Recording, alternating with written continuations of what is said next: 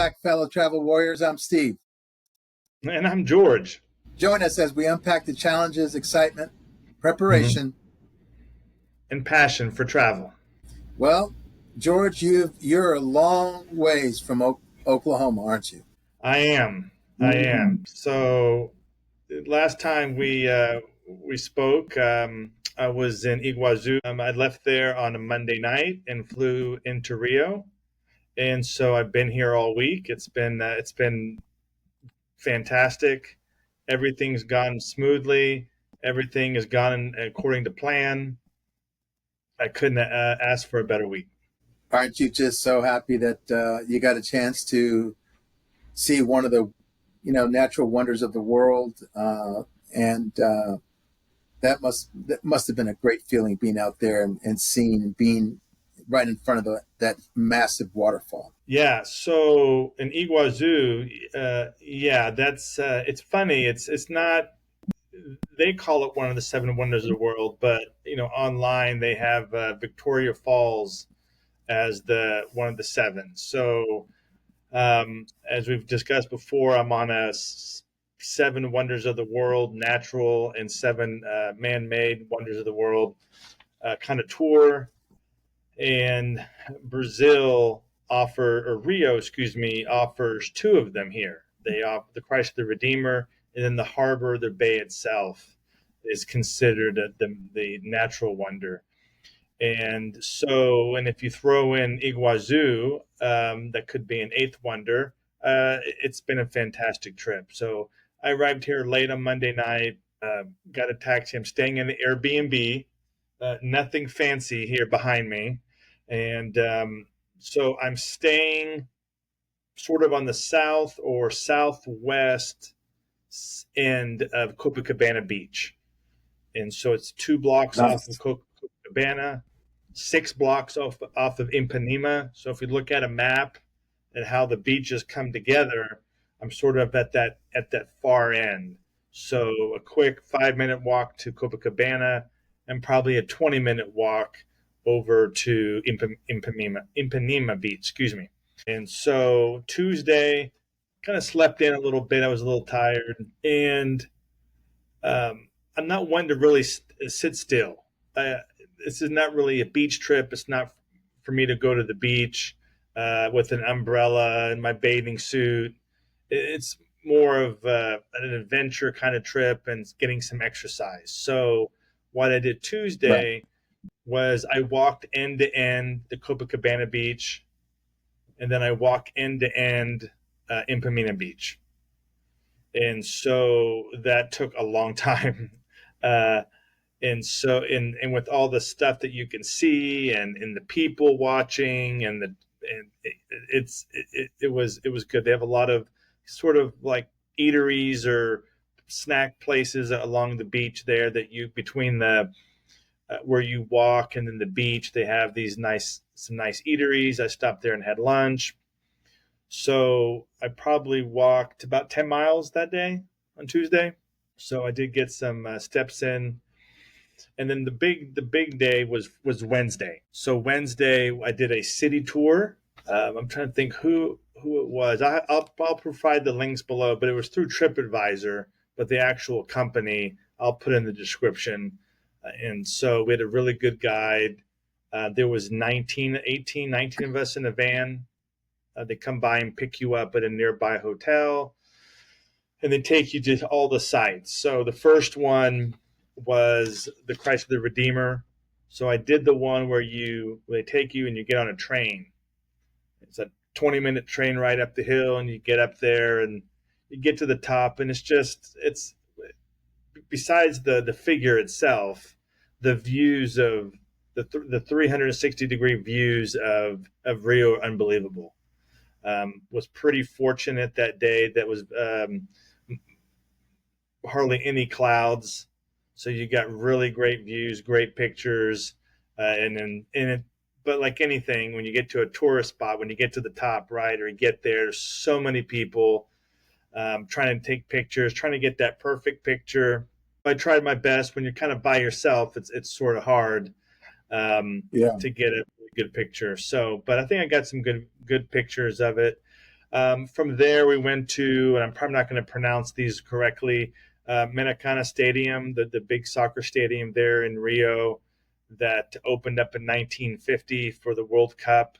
Found out they lost to Uruguay that year, and it was uh, like a sad day. It was like a day of mourning when they lost in 1950. But we stopped by that stadium.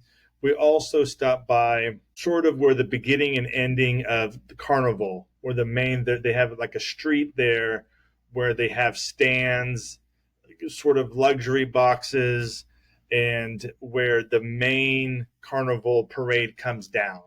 So we stopped there, even though it's all over the city, but the main one we went to, it was pretty unique. It's a lot different than Mardi Gras. They don't throw beads and anything like that. And then from then we went to the Metropolitan Cathedral of Saint Sebastian. It's a really unique kind of architecture. It's like an Aztec. It's like something out of Central America. There in the city, we walked into.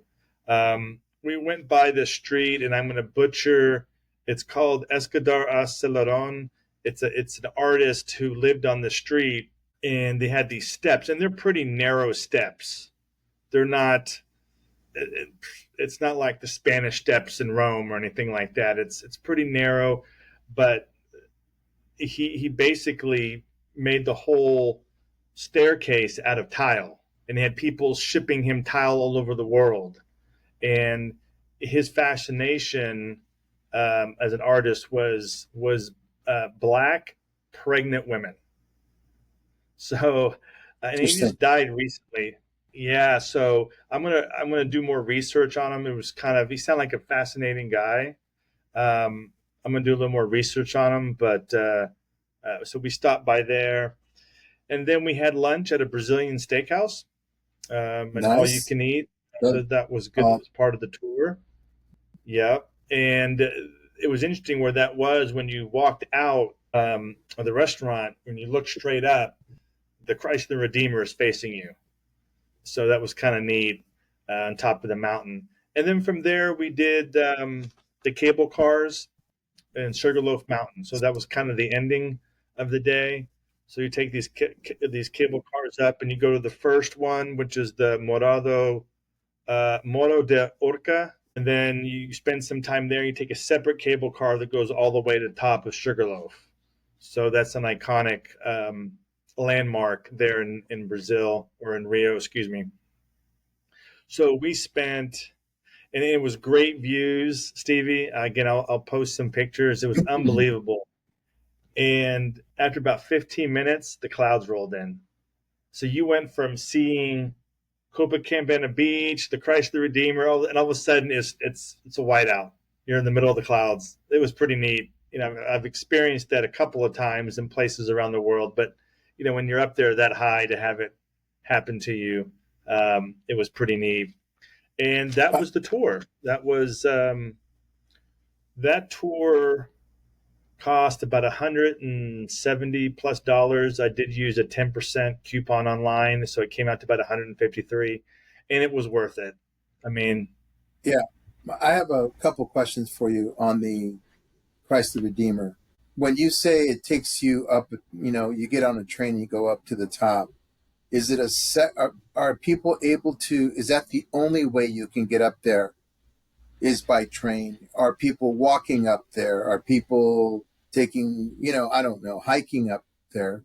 What are the modes of transportation to the viewpoint up there? that's a great question. So there's several. You can take an Uber, taxi, bus up Okay, there. You can take the train, or you can hike it. okay. So And about it's how high are you? honestly, I don't remember how high that is, but it's I think you'd really have to be really fit. I think it's a 2 or 3 hour hike to the top. I don't know what the elevation is that, but if you ever seen pictures of it in the top of Rio, it's pretty daunting to get up there. I probably couldn't be able to do it. So it's one of the highest peaks, but you can hike it. There is a trail that takes you up to the top. Well, as you as you may recall, when we were in Greece, in Uh-huh. Santorini, taking the tender onto shore, we you had two options to get to the top, right? From the shore to Santorini. One was you Hmm. could take like a cable tram, Yep. right? Like a tramway. And the second way is you could ride on a mule. And I remember my mule went up about halfway and it just stopped. That's And right. I couldn't make that mule move no matter what kind of gestures, using my legs. And so I was trying to, that was my frame of reference, was I was able to walk the rest of the way, albeit I was a little, I mean, it's a pretty good little walk. I Hmm. was trying to picture it in my mind when you said, oh, yeah, we take a train up there if that was the only way. And then the height of it would be interesting. And maybe one other question I have for you is how long that statue has been there, or when did it get built? I think it's been up there since the 1930s. I think it took Okay. obviously several years to build. I can't quite remember. I know it was only a couple of days ago. The only downside with maybe doing a full day tour is that there's so many things that you're doing and you're really limited. You have 20 minutes to go up there, and then you have to come back down. Like our guide wasn't quite there with us at the top. I don't quite remember uh, everything. The other thing being in such a large group in that van, there was 8 ladies from the U.S. that continuously talked in the van. Even when the guy was explaining stuff around the city, they were talking in the back. It was pretty rude. Uh, Yeah, that's and annoying. so it is. It's like they needed their own private tour. I think Correct. the rest of everybody there was. I think the family next to me in the van. They were from Paraguay. Our guide was pretty amazing. He spoke. He speaks 5 languages, but on the tour he spoke English. He spoke Spanish, and he spoke Portuguese, of course, and he spoke French. There was two people from France that were there. So he was having to repeat stuff in 3 or 4 different languages. And unfortunately, these ladies in the back were talking through all the languages for most of the day, and um, it was sort of annoying. So I didn't catch a lot of stuff that he said because when that happens. But I think it And took several years.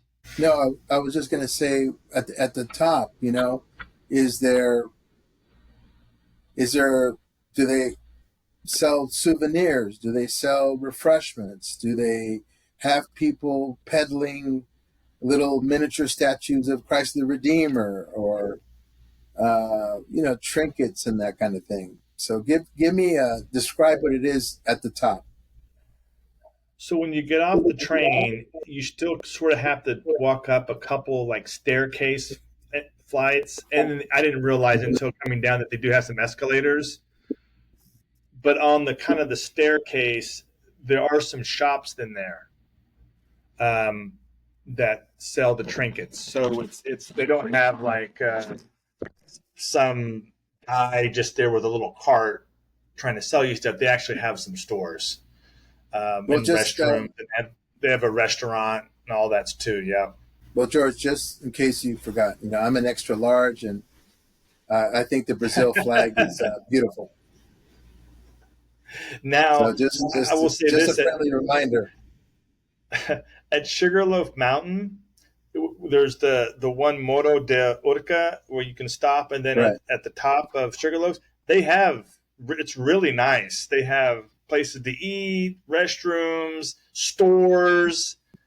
It's like a whole. It's not a cheap little thing that they have going on there. So you can like if it was for me, if I would go back again, I would probably separate those two, Sugarloaf and the Christ of the Redeemer, and just do one. as a second time going, and maybe the next day going and spending more time up there instead of, okay, you have 45 minutes or you have 30 minutes. Now, I'm glad I did the tour, so I would never tell anybody not to do the tour, especially if you're limited, if you're only there for a day, if you're there for a couple of days and then getting on a cruise, or you're going somewhere else in South America. Yeah, definitely do the all day tour. But if I were to go back again, I would probably separate that and spend more time, um, learning about the cable car. Sugar Loaf Mountain, I think, was built by Germans in 1910 or 1915, and they have the original cable car up there. And according to what the guy said, there's never been an accident in over 100 years. They've never had one accident. So It's you good. felt pretty safe, pretty safe. So that was Wednesday. Thursday, something that I know, Steve, you like doing is you really enjoy hiking. You're a big time I love it. uh, workout. You do hikes, a lot of hikes around Phoenix. You and I did one together on your birthday a couple of years ago. Want to talk about that? And what's the name of that one? I always forget. I always Camelback camel, Mountain. camelback, camelback, and we can talk about camelback. But for our audience, Steve is a badass on the trail. I could barely keep up with them. So Thursday, I wanted to do. There's several hikes. For those that don't know about Rio, it is very, very mountainous and hilly. So they have a lot of great hiking trails. And the one I wanted to do two, but I could only really do one. And it's the Two Brothers, they call it. But when I looked up the actual translation of it, it comes out to Two Brothers Die is the actual translation to That's it. nuts. So it's but that has very beautiful views. If I can talk about that for a second. So stuff I read online is that you can take the bus or a taxi and Uber, and you go to the Vidigil favela, if I'm pronouncing it right, and it's sort of the poor neighborhood that's on the side of a mountain. And so I took an Uber, and I put in, and so what you really do is you go to the favela, and then from there you can take. They have kind of motor taxi bikes that you can get on, or these little small buses, um, and it takes you to the top. It's about a kilometer and a half to the top, pretty steep. And when I punch in the address to the top of the favela where the trail starts, the Uber looked like it could take me there. So I thought, crap, this is great. I don't have to, I can just take the Uber to the trail. So he takes me, and we get there to the base of the favela. And after about 2 minutes of sitting in traffic, he decides to, like, nope, I can't go anymore. Like, you're out. And basically saying that it's cars can't go up. I And see. so I was sort of irritated, and I'm not big on motorcycles. So my stubborn self, I'm like, I'm not going to get on motorcycles. Those little minibuses look dangerous. I'll just walk it. Just being stubborn, I walked it. Um, and of course, as I walked up a mile and a half kilometers up the side of a mountain, I did see a lot of Ubers driving by and taxis going by, regular taxis, Good grief. as well as a motorcycle. So I was a little irritated. I do get to the top of the trailhead, and I'm wiped out. I'm already tired, and it's right by a soccer. It's like a school's there, and there's a soccer field, and the trail starts. So I had to rest for about 15 minutes before I even started because I was already gassed going up the side of a mountain. And then from there, it's another kilometer and a half. Basically, it's almost yeah, 3 kilometers to the very top, I guess, maybe a little bit more. From the trailhead for stuff that I read outside, if you're in decent shape, it takes you 40 to 50 minutes. And being transparent, and since I'm so out of shape, it took me about between an hour and 20, an hour and 30 minutes to get to the very top with lots of breaks. They do have halfway up. They have someone there, selling coconut water and with real coconuts. And it was funny. I get to that point, and he's like, "Just 20 minutes. You got 20 minutes. You're almost there." I'm like, okay. So I'm going, and you see people coming down, and then I asked him when I'm almost there. He goes, "Oh yeah, 20 more minutes. You're almost there." And I'm like, "Crap! I've just been walking for the last 30 minutes or hiking 20 more." The guy Right. just told me 20 minutes. Like 30 minutes ago was 20 minutes. I still got another 20 minutes. But when you get to the top, it's unbelievable views. It is. It's worth it. It is so worth it. I thought about you, Steve. I know how much you like to hike. When you come down the Rio, you have to do it.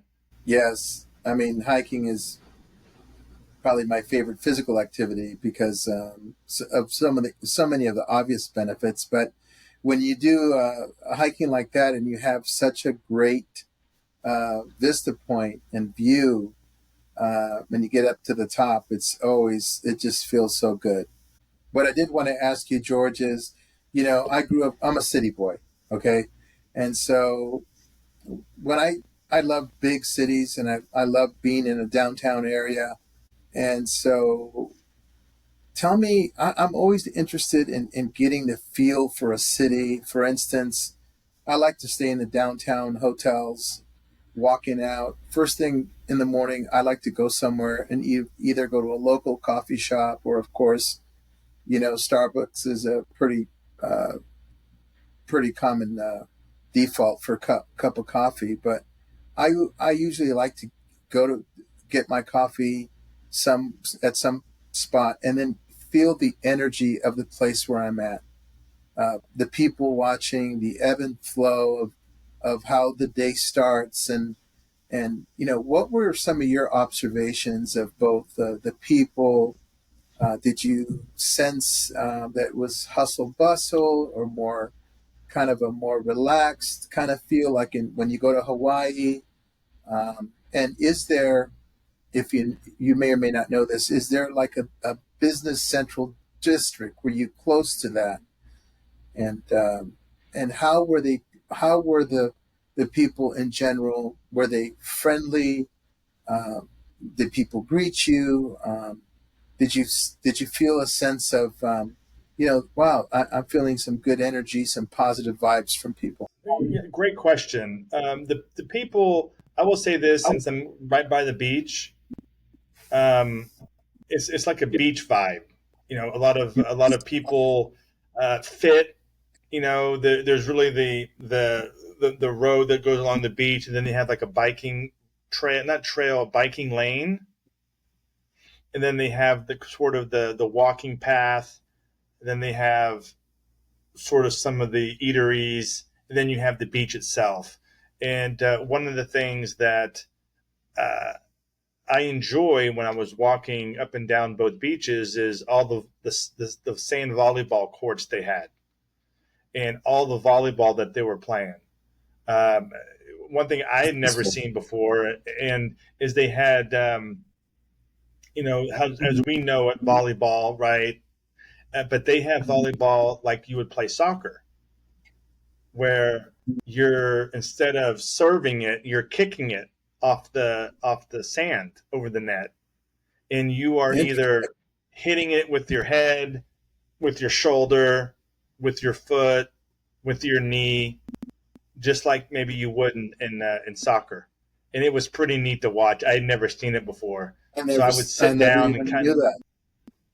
yeah, and I sat down and watched, and they had so many courts, and where I would watch some, and they were like practicing. They had coaches, showing them how to how you up against the net and you would do the volley, and the guy would spike it. Well, you would do that with your shoulder. I watched this guy. He was doing this, and the ball was going right up. And then instead of spiking it with your hand, you were spiking it with your head over the net. It was unbelievable. And so it was something that was pretty neat to see. The finance district, I don't. It was not where I was at. To be honest, I'm not really sure where it is in the city. Yeah, The people, you didn't the venture people out. itself, yeah. You know, a lot of things that I heard that it's dangerous.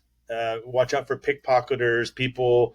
Um, you know that if you're wearing jewelry and stuff around, they'll come by in bikes and rip your the chain off.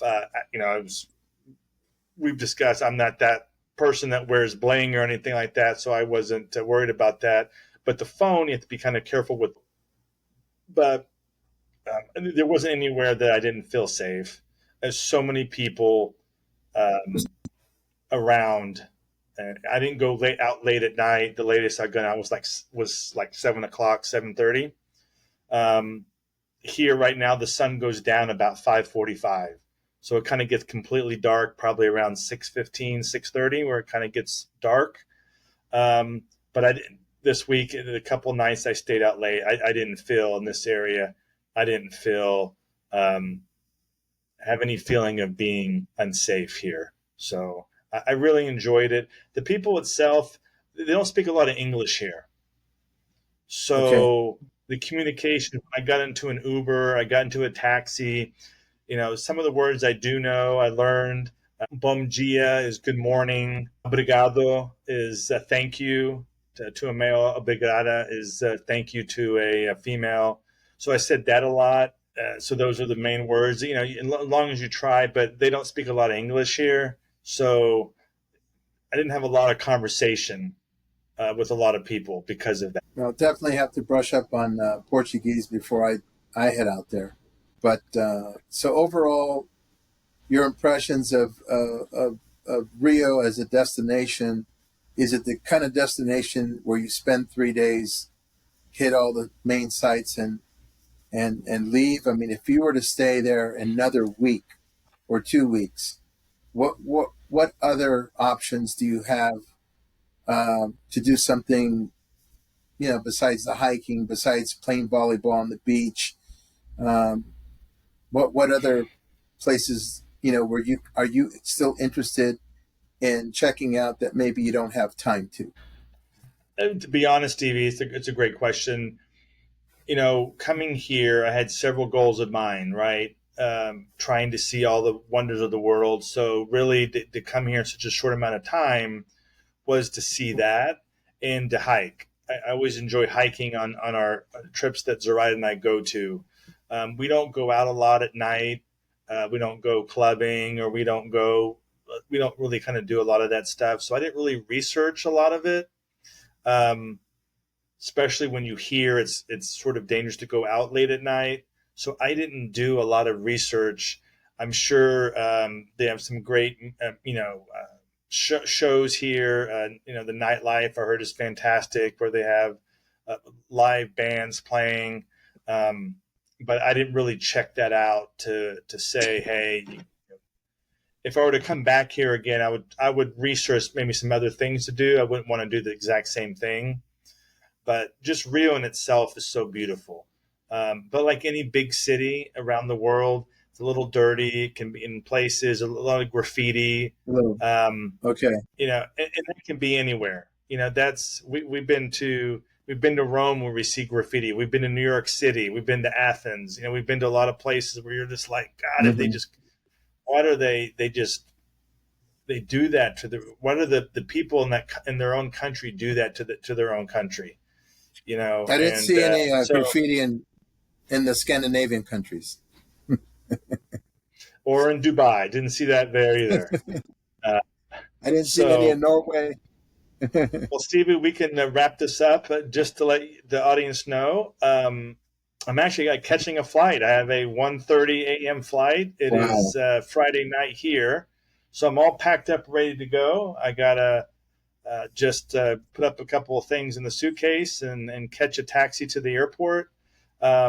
I would love any feedback from my audience who've been here to Brazil, have been here to Rio. Uh, love to hear from everyone and their experience in Rio, good and bad. I had an exceptional time on this whole trip. Everything that I wanted to do and see, I did, and really didn't. Everything kind of fell in place. So if I can just get home back to Oklahoma, starting tonight and tomorrow, that'll be fantastic. Well, I'm proud of you, George, because you're living up to the travel warrior credo, right? And That's right. and took a big trip and a beautiful place, and certainly I'm looking forward to, and I'm sure our audience will be interested to see some of the beautiful pictures that you took of the falls and Rio and Copacabana, and looking forward to seeing that. So, well, it's time to wrap this up because, like you said, you've got to get to the airport. Thank you for joining us, and join our ever-growing community of travel warriors. And let's keep this journey going together.